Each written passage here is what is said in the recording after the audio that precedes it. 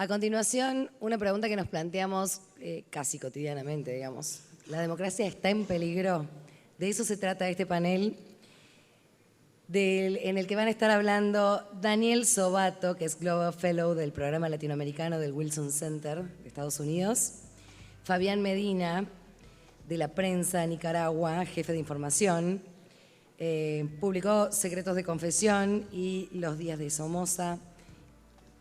Tienen muchos méritos más y los va a presentar, los va a moderar Carlos Jornet, presidente de la Comisión de Libertad de Prensa e Información. Los invitamos a los tres a subir, por favor, al escenario. Y el aplauso para ellos.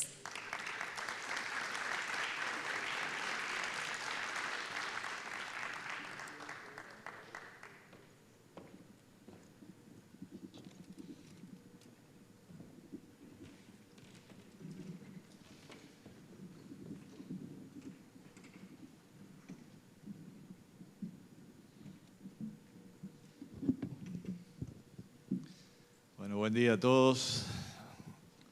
Empezamos la penúltima de las jornadas de esta asamblea y con un tema realmente central para la democracia y para el periodismo.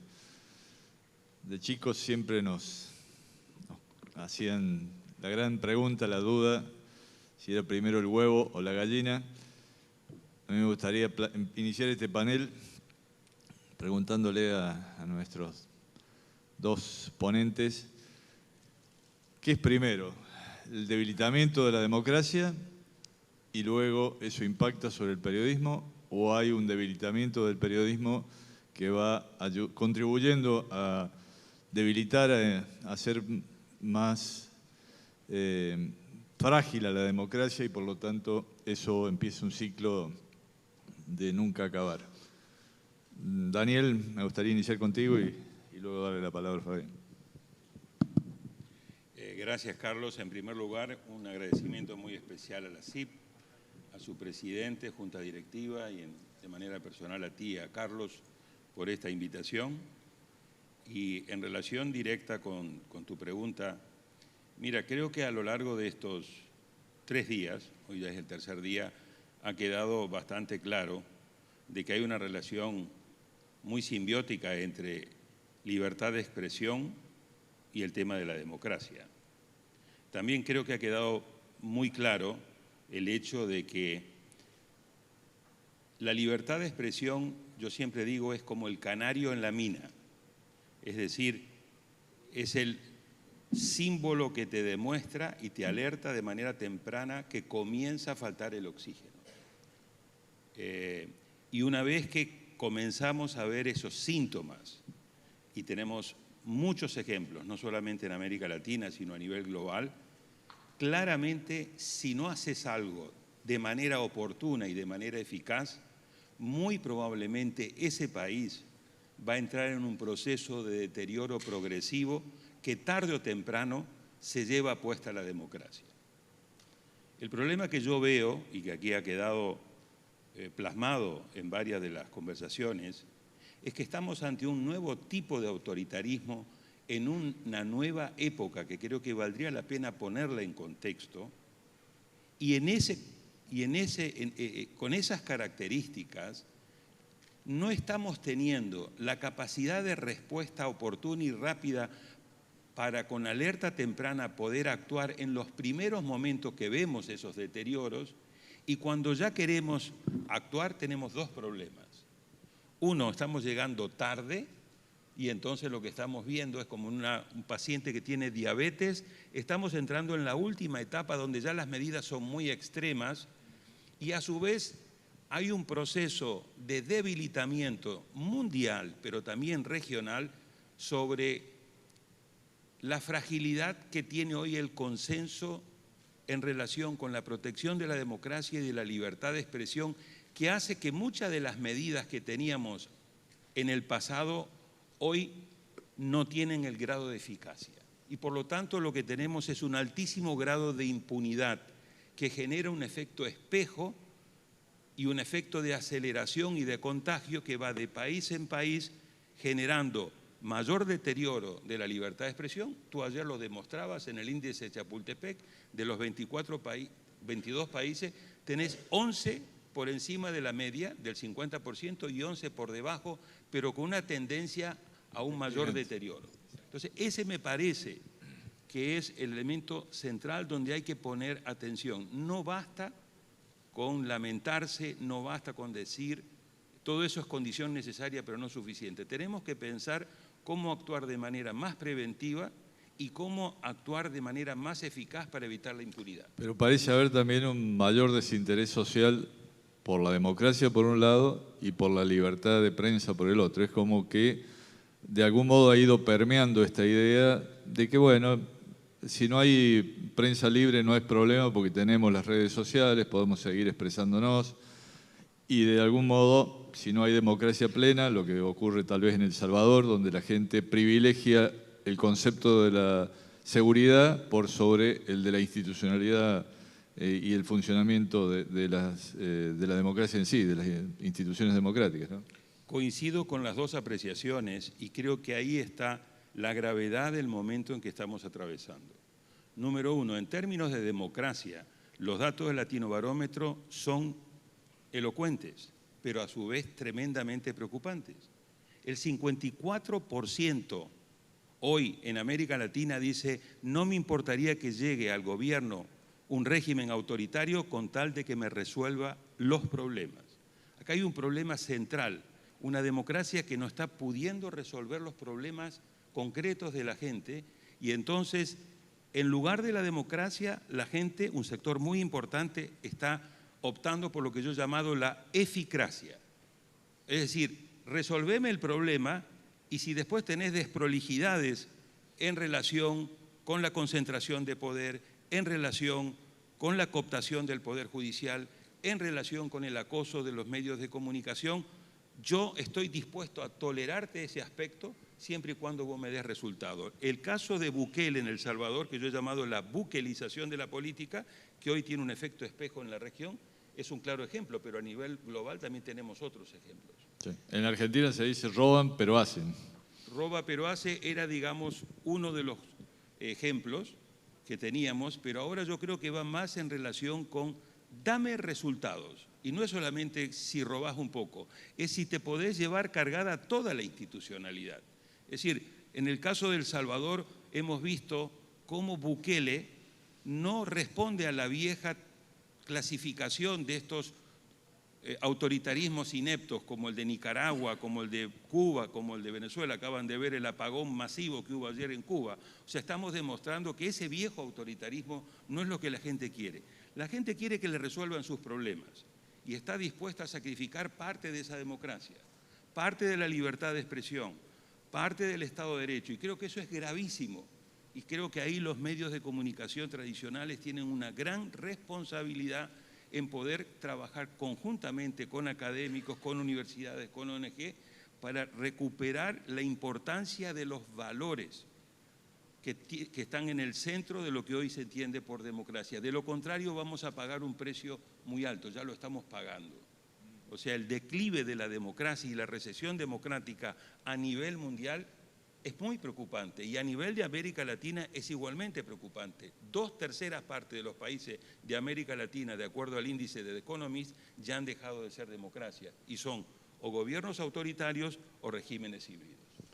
Hablaba Daniel de las democracias, de las dictaduras tradicionales o a la antigua en América Latina, una de ellas que se viene repitiendo incluso en los últimos lugares de nuestro índice Chapultepec, que ayer presentamos la edición 2024, es Nicaragua. Y ayer Fabián también nos contaba todo el proceso que se fue viviendo hasta 2018 con un ritmo, con algunas señales que se iban mostrando, y a partir de 2018 y sobre todo a partir de la pandemia y de todo el proceso, el cambio social que se vivió allí, una aceleración brutal que arrasó primero con el periodismo y con algunas instituciones del propio Estado, y luego se llevó puesta a las ONG, a la Iglesia Católica, bueno, y otros credos que estaban haciendo acción social en Nicaragua. Cuéntanos un poquito qué señales comenzaron a ver ustedes y que tal vez inicialmente no se les prestó suficiente atención y cómo se dio luego la aceleración. Sí, bueno, muchas gracias.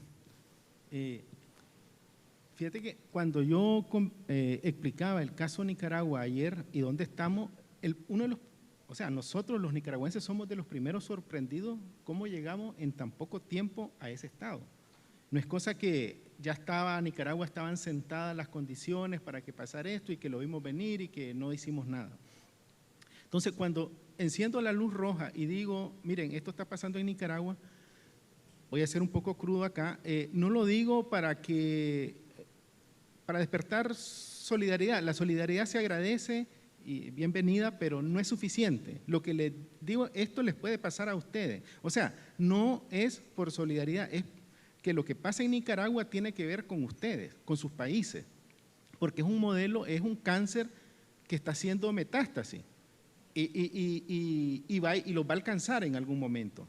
Entonces, las previsiones que ustedes puedan tomar, obviamente nos ayudan a nosotros. Lo que está pasando en El Salvador, por ejemplo, para nosotros es muy triste. ¿Por qué? Porque uno regionaliza los problemas que tenemos nosotros, esa la reelección y todo eso que antes estaban centrados en Nicaragua, se regionaliza, va más para allá y se pierde la atención. Y hay como ese efecto dominó entre los personajes autoritarios, personas que llegan al poder, de copiar modelos que tuvieron éxito en su momento en algunos países, como el modelo de Ortega, para controlar el poder, y empiezan a replicarlo en sus autoridades en detrimento, en ese abaratamiento progresivo de la democracia.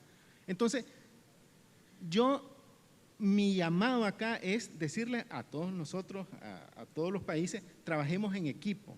Ellos trabajan en equipo, nosotros no, nosotros vemos los problemas de los países con mucha consternación, vemos el caso de Cuba, vemos el caso de Venezuela, vemos el caso de Nicaragua, el que echan preso a Zamora en Guatemala, y decimos, bueno, son casos duros los que están pasando allá, pero es que nos pueden alcanzar, porque en la medida que esas acciones tienen éxito y sirven para afianzar el poder, se empiezan a replicar en otros países, que es lo que estamos viendo nosotros. Y en algún momento, algunos países de los que están en el índice de Chapultepec, ahora en naranja, en cualquier momento están en rojo, o que estaban en amarillo pasan a naranja y de naranja a rojo.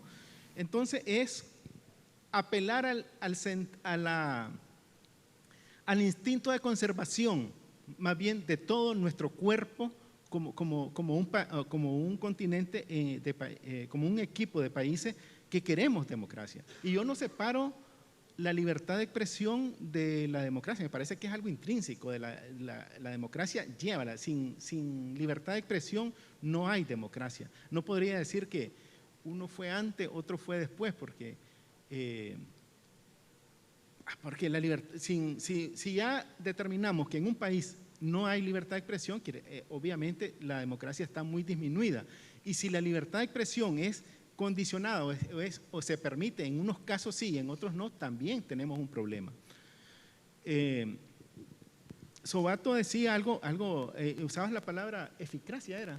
Eficacia, me parece muy oportuna, porque justo ahora en el desayuno conversaba con una amiga y le decía, lo que pasa es que la dictadura, los gobiernos autoritarios, esos que pasan por sobre las leyes, tienen una capacidad de respuesta a la población mucho mayor que la que puede tener un presidente que respeta las reglas de la democracia. La posibilidad de movilización, de resolver un problema, de terminar, de sacar a un funcionario corrupto, de echar preso, como hizo Bukele, a un montón de delincuentes que estaban ahí, y de paso a unos que no eran delincuentes, pero ¿qué perdemos? Resolvemos el problema. Y entonces esa capacidad se aprecia mucho en esa etapa, y ahí caigo a tu pregunta, Carlos, de populismo, porque no es que el modelo viejo autoritario que hay en Nicaragua se estableció así como un modelo viejo autoritario, no, él llegó como populismo, como está ahorita en otros países. Daniel Ortega regresó al poder en el 2007 cargado sobre los hombros de la plata venezolana. Él llegó con una cantidad de dinero que tal vez para otros países no será mucho, pero 5.000 millones de dólares le llegaban líquido, sin rendición de cuenta, del petróleo venezolano. Y eso le servía para ganarse un montón de voluntades, regalar comida, componerle la casa a alguien. Y O sea, esa es la zanahoria. En otro momento viene el garrote, porque así funcionan esto. Zanahoria y garrote. Te conquisto con zanahoria, logro que hagas lo que yo quiero que vos hagas, que me ayudes a llevar este modelo hasta el punto que yo quiero. ¿Cuál es el punto? La conversión de todas esas leyes, transformar el país, acaparar todos los poderes del Estado, transformar todas las leyes según una conveniencia, y para eso necesitan tener control total en los parlamentos y en el órgano electoral, suprimir las elecciones, y obviamente ya los pasos posteriores son emprenderla contra estos actores que son los que mantienen viva desde la sociedad civil la democracia, que son los organismos no gubernamentales, la prensa libre, los medios de comunicación, las iglesias. Incluso caen las iglesias. En Nicaragua hay una persecución brutal contra la Iglesia Católica en estos momentos. ¿Por qué? Porque distorsiona el modelo de control que ellos tienen. La década del 80, América Latina en general vivió un proceso, una especie de multinacional de la democracia, porque todos los países iban para el mismo camino, había un intercambio de know-how, digamos, de experiencias. Yo creo que lo que hemos vivido en los últimos años es una multinacional del autoritarismo, ¿no? Donde todos aplican el manual negro del autoritarismo, de la autocracia, y lo que está planteando es la necesidad de volver a una multinacional de la democracia, de la institucionalidad, del intercambio de buenas prácticas hacia un sistema donde se garanticen las libertades y donde realmente se pueda ejercer la libertad de expresión, básicamente, ¿no? Sí, exactamente. Lo que pasa es que como país nosotros, y Sobato lo dijo en su introducción, no hemos tenido la capacidad, la democracia no nos ha dado las herramientas para defenderse de ese virus que se inoculó y que no tiene los anticuerpos necesarios para protegerse y está en franca retroceso.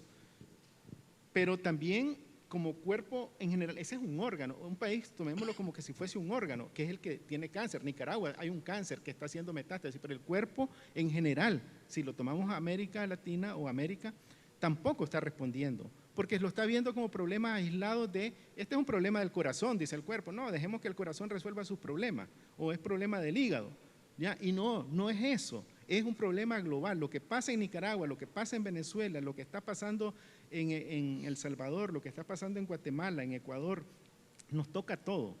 Nos toca todo, porque en la medida que estos métodos, estas formas de gobierno y de imponerse y de controlar el poder tienen éxito, se empiezan a replicar, como decía. Entonces, tenemos que buscar cómo comportarnos, cómo hacer de la democracia, que es un sistema que tiene esas posibilidades, pero que no la hemos sabido utilizar para controlar esos autoritarismos que están dañando este cuerpo.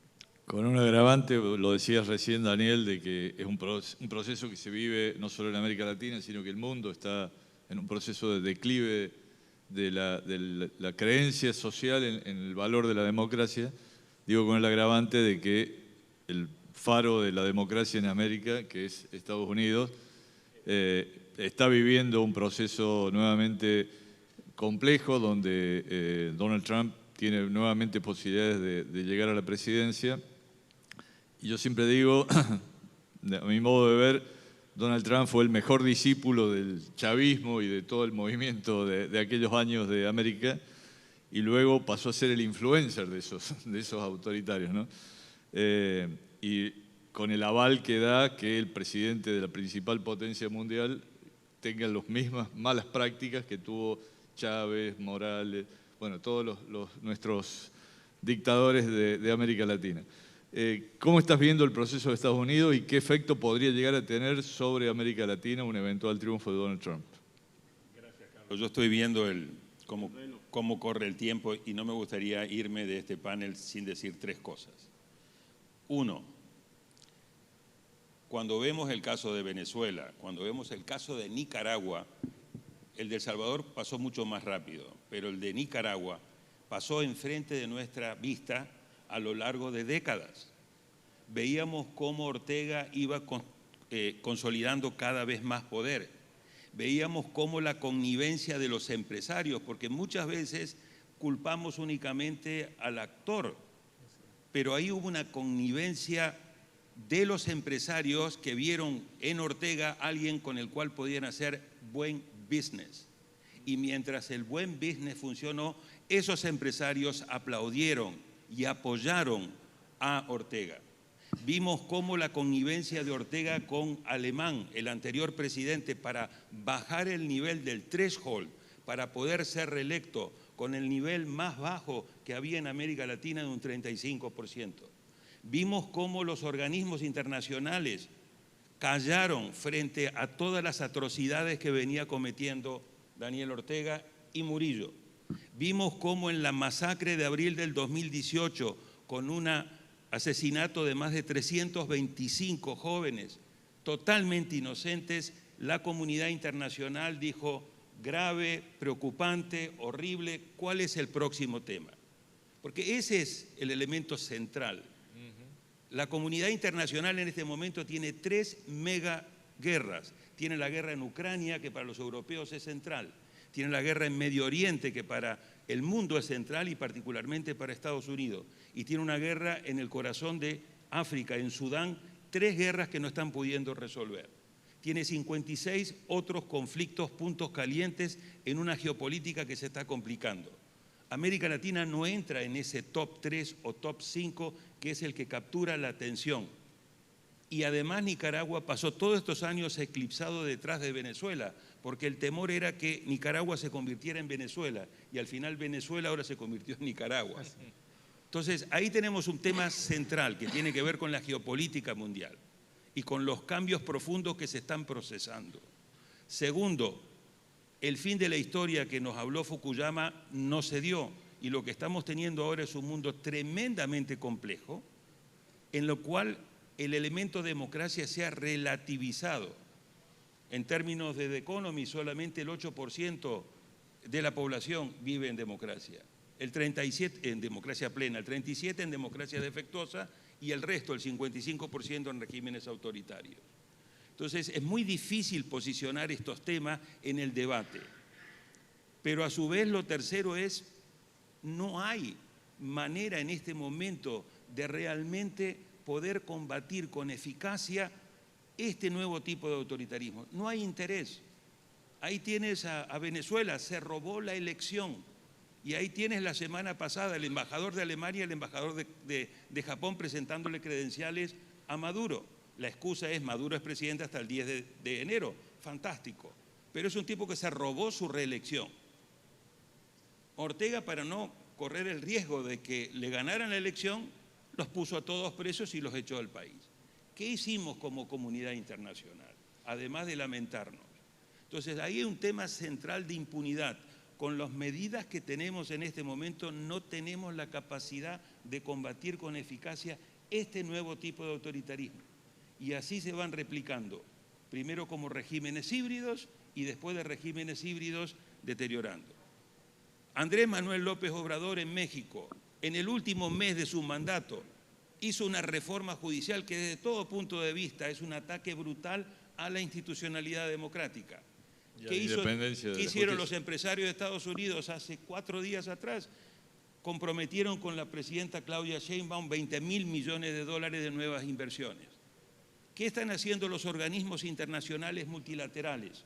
¿Acaso el Fondo Monetario Internacional, el Banco Mundial, el BCE, el Banco Centroamericano, que era el banquero de los autoritarios hasta que hicimos un movimiento para sacar al anterior presidente? Entonces hay mucho cinismo en este tema. Acá hay que dejar de lado la retórica y enfrentar claramente por qué. Y porque hay muchos intereses. Miren lo que está haciendo el presidente Milei. Totalmente desinstitucionalizando desde todo punto de vista de lógica democrática. Pero la obsesión es que está bajando la inflación y que eventualmente puede llegar a tener una reactivación económica. Eso es lo que prima.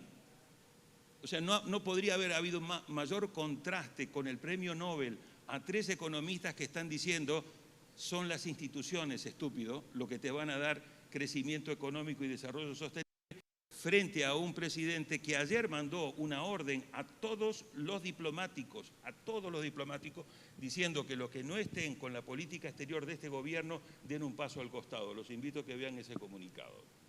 Es una defensa de la libertad atacando a la libertad. Entonces ahí tenemos problemas centrales que si no actuamos de manera decidida, vamos perdiendo democracia tras democracia, lamentándonos, eso es cierto, pero no actuando de manera eficaz. Estamos en un momento crítico. No, te iba a decir que en Argentina ayer se produjo también otro hecho importante que IDEA, el grupo de grandes empresas que se reúnen anualmente, le dijo al presidente que acompañe el plan económico, pero que debe ir acompañado también por mayor institucionalidad y por libertad de prensa, que me parece que es lo que por ahí se deja de lado en muchas circunstancias por razones de negocio, ¿no? Te preguntaba por Trump. Mira, yo creo que coincido con lo que dijo Marty Baron ayer. Estamos a pocos días, aunque la elección ya empezó en muchos estados, pero estamos a pocos días de un momento fundamental en relación con el tema de democracia. Tú decías, Carlos, en la inauguración, este es el año de mayor actividad electoral en la historia de la humanidad, más de 70 países con más de 80 procesos electorales, pero la madre de todas las elecciones es la de Estados Unidos. Creo que estamos ante el riesgo muy, muy serio de este doble problema que tiene el sistema electoral norteamericano. Uno, que no hay voto popular directo, sino vía colegio electoral. Y segundo, que hay voto adelantado. O sea, en varios estados, en muchos estados ya se está votando de manera física o de manera por correo.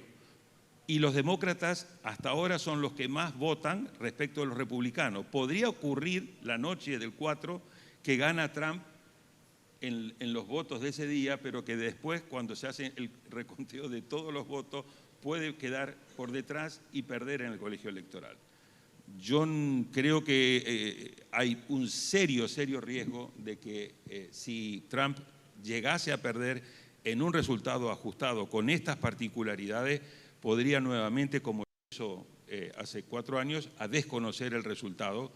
Y yo creo que eso va a tener un efecto devastador en el tema de la lucha contra el autoritarismo y a favor de la democracia. Ya lo hemos tenido hace 4 años atrás. Lo que era el faro de la democracia terminó en una situación donde el que perdió no reconoció los resultados y a su vez propició el ataque al Congreso el 6 de enero. O sea, cosas más graves que esas y además un ataque a la prensa directa. Entonces, creo que hay demasiado en juego en la elección de Estados Unidos, no solamente para la democracia norteamericana, sino para la democracia a nivel de la región y a nivel global. Para ir cerrando y después dar lugar a 2 preguntas o 3 en función del tiempo que nos dé, ¿cómo crees que deberíamos actuar desde los medios de comunicación para contribuir a recuperar la confianza en las instituciones, la credibilidad también de nuestro propio sector por parte de la sociedad para hacer una tarea de docencia también que ayude a que América Latina vuelva a un proceso democrático? Mira, yo creo que el papel de ustedes, de los medios tradicionales, es fundamental. De nuevo, Marty Baron ayer decía algo fundamental. Let's go back to the basic, ¿no? O sea, volver a lo fundamental de lo que es el trabajo del periodismo serio, que es el core values. Cómo defender, proteger, revalorizar esos core values y obviamente cambiar la manera en que uno transmite, que uno se comunica. Él decía, somos más audiovisuales, queremos noticias más cortas. Sí, todo eso es táctico, ¿no? De cómo vos haces el re-engage. Pero lo fundamental está en los core values, cómo proteges eso. Durante muchísimos años, ustedes eran la montaña y la audiencia era Mahoma. Mahoma tenía que ir siempre a la montaña. Ustedes tenían el privilegio de tener el monopolio, etc. Bueno, eso no solamente los afectó a ustedes. O sea, hemos tenido una horizontalización y una redistribución de poder a nivel mundial. Moisés Naín esto lo ha explicado muy bien. A los partidos políticos le ha salido la competencia de las candidaturas independientes y de estos líderes populistas. A la Iglesia Católica le han salido una competencia también muy importante y a los medios de comunicación le ha salido competencia. Este es el mundo nuevo, el mundo que llegó para quedarse. Seguir soñando business as usual, eso no es una opción. También me preocupó, pero valoro la sinceridad que se dijo en esta sala durante los 3 días. Se dijo permanentemente, vino el Internet y no le prestamos atención suficiente. Después vinieron las redes sociales y no le prestamos atención suficiente. Vino la inteligencia artificial y decía alguien el otro día, y bueno, pensamos de que todavía teníamos tiempo y que... Yo creo que hay que hacer un wake up, ¿no? Es decir, pudieron haber subestimado el Internet, pudieron haber subestimado a las redes sociales, no tienen opción, están condenados a no poder subestimar la inteligencia artificial porque se los lleva puesto, pero creo que es fundamental en este trabajo de reeducación de la ciudadanía. Mira, no hay democracia sin demócratas, ¿ok? Y por lo tanto hay que volver a través de diversos medios a cómo concientizamos a la ciudadanía sobre la importancia de estos temas. Y un tema central, hay que diferenciar el malestar en la democracia con el malestar con la democracia. Si no logramos desde los medios incluso ayudarle a la ciudadanía que diga, yo sé que estás molesto de lo que está pasando en la democracia, pero esa molestia, esa insatisfacción, no se la lleves, no se la imputes a la democracia. Creo que este 54% en los últimos 14 años aumentó 15%. Este 54%, si no le damos resultados a la gente, la democracia puede llegar a niveles más altos. A nivel etario, los jóvenes son mucho menos a favor de la democracia y mucho más a favor de buscar eficacias y de tolerar. Eso es lo que explica que en muchos casos los triunfos de Bukele, los triunfos de Milei, etcétera, vienen muy encadenados con poblaciones jóvenes muy conectadas a las redes. Y muchas veces marginados del sistema laboral y del sistema educativo. Fabián, lo dijiste recién de la necesidad de tener mayor conexión entre quienes trabajamos por la libertad de expresión y de prensa, pero ¿qué otro consejo se te ocurre a partir de lo que vivieron ustedes en Nicaragua y de lo que están viviendo hoy como periodistas exiliados? No, precisamente que ayer alguien preguntaba si Trump, por ejemplo, es alguien que se puede repetir en otros momentos del gobierno, y decía, bueno, tenía sus dudas. Yo sí creo que estos personajes que estamos viendo ahora son el reflejo de su tiempo, o sea, nacen de este tiempo que se ha configurado y sobre el cual nosotros tenemos una gran responsabilidad. Es que también los medios de comunicación hemos diseñado este tiempo, hemos ayudado a diseñar este tiempo que se está viviendo ahora. Y cuando digo los medios de comunicación me refiero a todo, incluso de las redes sociales y hasta de lo que hemos dejado de hacer. Entonces, han aparecido estos personajes y van a seguir apareciendo en la medida que tengan esas posibilidades de actuar. Nosotros podemos decir, pensar en un personaje de esto y colocarlo en otro año y veremos que se miraría fuera de lugar, anacrónico. Ahora no, ahora se valida, tiene un respaldo, tiene redes sociales y todo. Entonces, ¿qué nos toca a los periodistas? Bueno, tratar de configurar ese tiempo en los valores que estimulan esa democracia, porque si no van a seguir apareciendo personajes como los que estamos conociendo, que no es por sus características personales, insisto, que son así, no es que, sino porque este tiempo y este momento y estas circunstancias están determinando que puedan ser modelos que de alguna manera se incuban, crecen y controlan ciertos espacios de poder. Bueno, estamos en horario, pero parece que por el tema merece al menos 1 o 2 preguntas. Aquí hay una de Percio, por favor, si le acercan el micrófono. Y hay otra allá al fondo y ya con eso cerramos.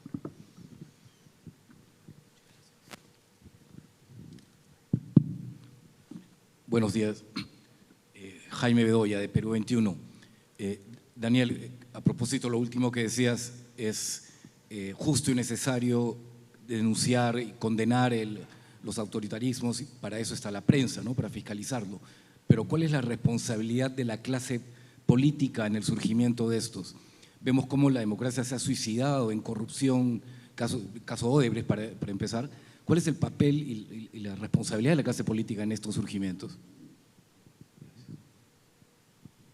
Gracias por la pregunta.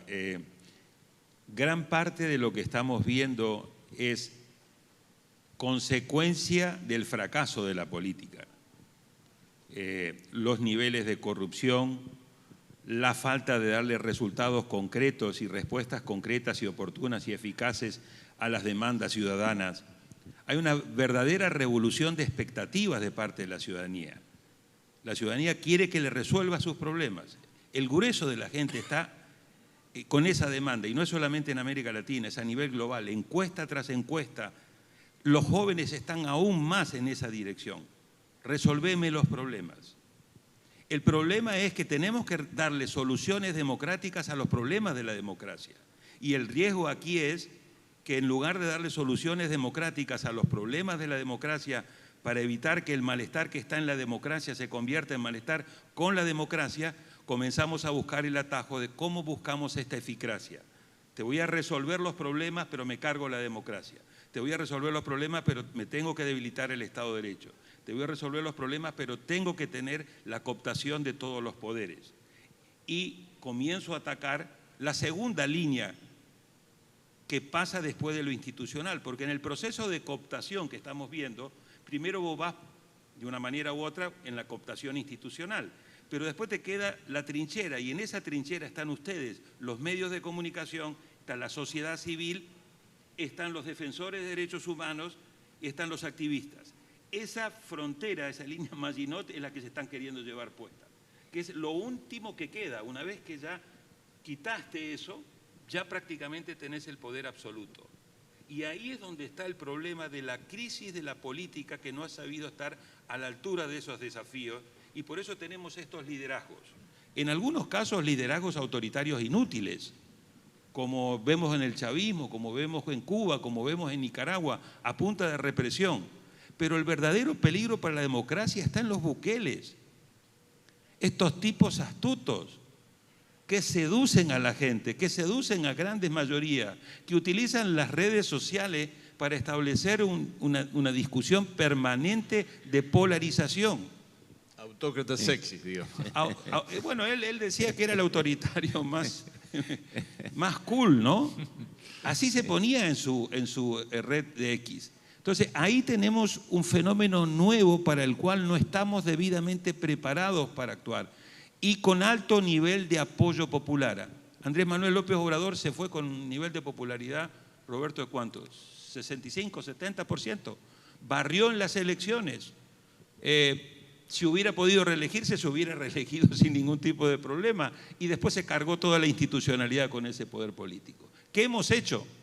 Protestado, gritado, denunciado, etcétera, pero no hay manera de evitar, con los recursos que tenemos actualmente, que ese tipo de autoritarismo, producto del fracaso de los partidos tradicionales, pueda seguir haciendo de las suyas. Y ahí es donde tenemos el problema. Daniel, tenemos ahí la pregunta de Percio. Percio Maldonado, de República Dominicana. Mi pregunta iba muy relacionada con este tema de la política. Y quería poner un tercer elemento a lo que Carlos introducía, este dilema de la gallina y el huevo.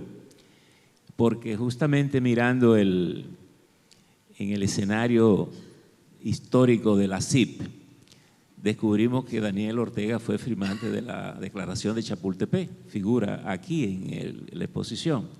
Y sin embargo, la conversación se ha centrado en tres personajes que han sido derivaciones directas de los colapsos de los sistemas políticos de esos partidos. Nicaragua, Venezuela, incluso Estados Unidos. Porque no hay que recordar que Donald Trump se impuso al Partido Republicano en la primera opción. E incluso ganó con pronunciamientos de los principales dirigentes del Partido Republicano contra su campaña. Y el tema aquí es, parecería que en el dilema de la gallina y el huevo hay un tercer factor, que sería el nido, serían los partidos políticos, porque hay un gran desapego de la población con los partidos políticos, precisamente por esa incapacidad de dar solución a los temas.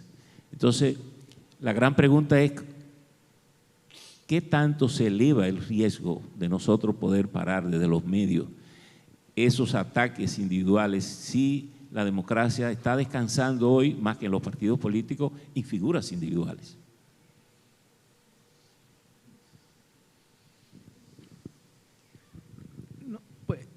yo te hablaría del caso nuestro, que efectivamente lo mencionaste ahí. Daniel Ortega, por ejemplo, nunca fue un personaje popular. Nunca fue un personaje que tuviese unos niveles de aceptación como los tiene Bukele en El Salvador. Fue derrotado en 1990 por doña Violeta Barrios de Chamorro y durante 2 elecciones más intentó regresar al poder y no pudo, porque nunca sobrepasaba una línea que era el 38% de los votos.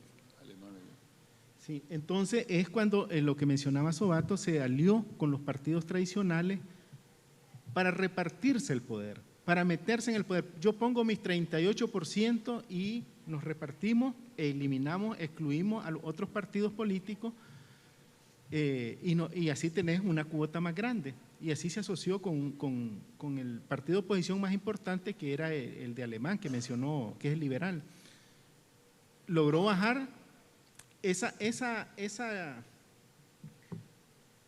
línea que no podía saltar del 38%, porque para ir a segunda vuelta en Nicaragua se necesitaba el 45%.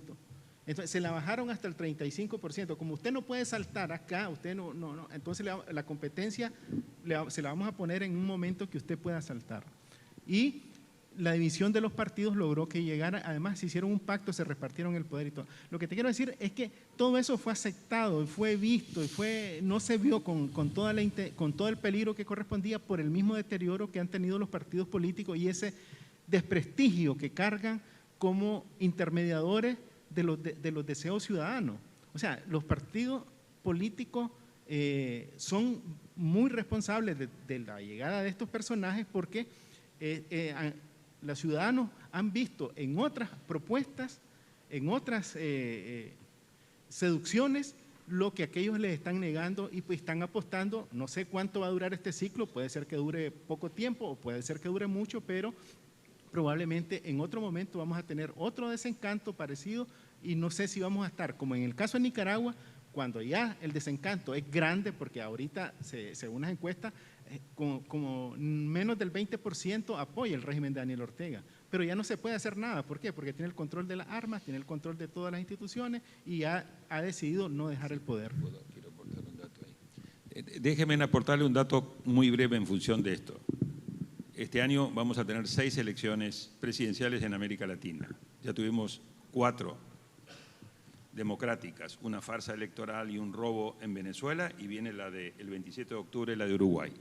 En las primeras 4 elecciones, primero El Salvador ganó un presidente que fue reelecto de manera inconstitucional con un partido nuevo hecho como un traje a la medida para el señor Bukele.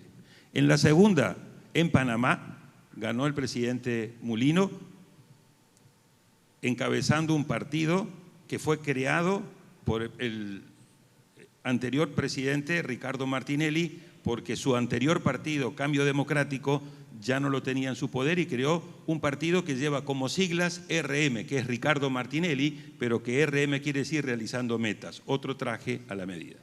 En el tercer país, México, ganó un partido Morena, cuyo traje hecho a la medida para Andrés Manuel López Obrador. Vamos a ver cómo ese traje le queda a la señora presidenta Claudia Sheinbaum. Y en el cuarto país, República Dominicana, fue reelecto un presidente de manera constitucional de un partido relativamente nuevo, que es un desprendimiento del PRD, que es el PRM. Entonces, fíjense en ustedes, 4 elecciones, excluyamos la de Venezuela, salvo el caso de Uruguay, que tiene otra tradición, donde los partidos políticos son partidos nuevos, hechos a la medida del presidente de turno, en muchos casos para buscar su reelección o la continuidad de su proyecto. Ahí tenemos una crisis muy seria. Ni qué decir de países como Ecuador, una crisis brutal en términos de partidos políticos, Perú, Guatemala, etcétera, etcétera, de desinstitucionalización. Gran responsabilidad de la partidocracia de lo que estamos pasando en este momento. Daniel, tengo un dilema, tengo 1000 manos levantadas y para colmo una de esas del señor presidente de la CIP, que tiene el micrófono en la mano. Así que le propongo cerrar con la pregunta de Roberto. Van a quedar los panelistas aquí para que puedan seguir conversando, pero tenemos que pasar al próximo panel. Sí, es el autoritarismo del micrófono. Por cederle el poder al presidente, miren lo que nos está pasando. No, muy rápido. Sí. Imagínate. No, pero es que no me aguanto las ganas de hacer una pregunta a Daniel en el sentido de si no estaremos teniendo un diagnóstico equivocado, por lo menos parcialmente. Es decir, pensamos que estas crisis de autoritarismo, de hiperconcentración del poder, son producto de una persona y a veces la reacción de cierta clase política, de los medios mismos, es mandar el mensaje de que hay que aislar a esta persona, hay que hacer que fracase esta persona, porque es el responsable de todo. Creo que esto deja de lado la posibilidad de que entendamos que tenemos una crisis de otra naturaleza también, que a lo mejor se topó, surgió este tipo de personaje. Creo que el desencanto con la globalización, con la democracia, la marginación de nuestros países, la crisis de los partidos políticos, la lista puede ser enorme, puede ser enorme. Yo veo en España marchas de jóvenes diciendo: en este país no se puede comprar una casa, no se puede rentar un departamento. ¿Qué van a elegir esos jóvenes? No tengo la menor idea, pero sé que las rentas, un salario razonablemente promedio, no les alcanza para alquilar un departamento, y que a los 35 años tienen que ponerse de acuerdo 3 chicos para vivir juntos. Entonces, esa crisis tiene que entenderse también de otra manera. Cuando llegó Trump al poder, yo hablaba con colegas de medios importantes. Me dicen: después del triunfo de Trump, tuvimos que ir a buscar al movimiento extremadamente derechista que ha surgido en nuestro país para entender el fenómeno Trump, no al revés, ¿no? El problema es el fenómeno derechista en Estados Unidos o el fenómeno de la miseria también en nuestros países, que da lugar, cuando tenemos este tipo de crisis, nos ocurren este tipo de personajes. Creo yo. Daniel, muchas gracias. Comparto plenamente, Roberto, tu diagnóstico. Creo que sería ingenuo responsabilizar únicamente a Andrés Manuel López Obrador de lo que está pasando en México, o a Bukele de lo que está pasando en El Salvador, y así sucesivamente. Martin Wolf ha escrito hace unos 2 años atrás un libro estupendo, que quienes no lo han leído se lo recomiendo, se llama The Crisis of Democratic Capitalism, la crisis del capitalismo democrático. Y dice: lo que está en tensión es precisamente la relación entre democracia y capitalismo, que era lo que de una manera u otra, después de la Segunda Guerra Mundial, estaba alentando todos estos procesos. Vos tenías democracia era fenómeno, venía acompañado con la libertad, tenías el libre mercado, todo eso llevaba a un crecimiento económico, ese crecimiento económico de una manera u otra se distribuía en algunos países con mayor o menor desigualdad, y eso generaba una inclusión. Los partidos políticos eran correas de transmisión que más o menos…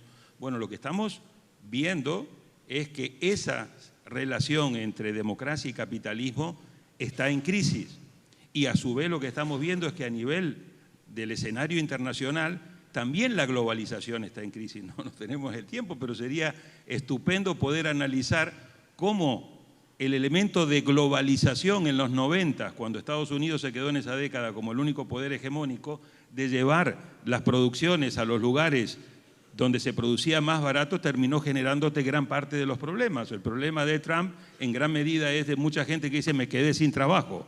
A eso agrégale el tema migratorio, y entonces dice: me quedé sin trabajo, nos están invadiendo. Bueno, hay una crisis profundísima del sistema capitalista, de la globalización, de la relación entre capitalismo, que está en el corazón de lo que estamos viendo con la democracia.